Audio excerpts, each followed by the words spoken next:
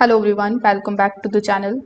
In today's video, I'm going to show you exactly how to hard reset the Omnipod 5 PDM in 2026. Now, the Omnipod 5 PDM is a medical device, so always be careful while resetting it. Make sure that your insulin delivery is safe before doing anything. Before doing the hard reset itself, you just have to simply press and hold the power button, then tap on the option of restart if the option appears.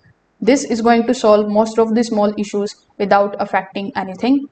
Now, if the screen is frozen or not responding at all, you just have to simply press and hold the power button and you need to wait for at least 10 to 15 seconds.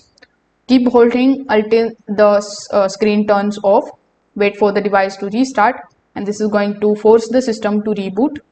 After the reset, give it a moment to fully reboot. Do not press any of the buttons during the setup. Once it is done, simply just turn it on and check if everything is working normally. Now, after restarting, make sure that your pod is still connected. So here you can check the insulin delivery status in the system, and this step is very important for safety purposes. If the system logs you out or loses connection, you can just log back in your account and reconnect to your pod if it is required. So if this video helped you out, make sure that you like this video and subscribe to the channel. Thanks for watching.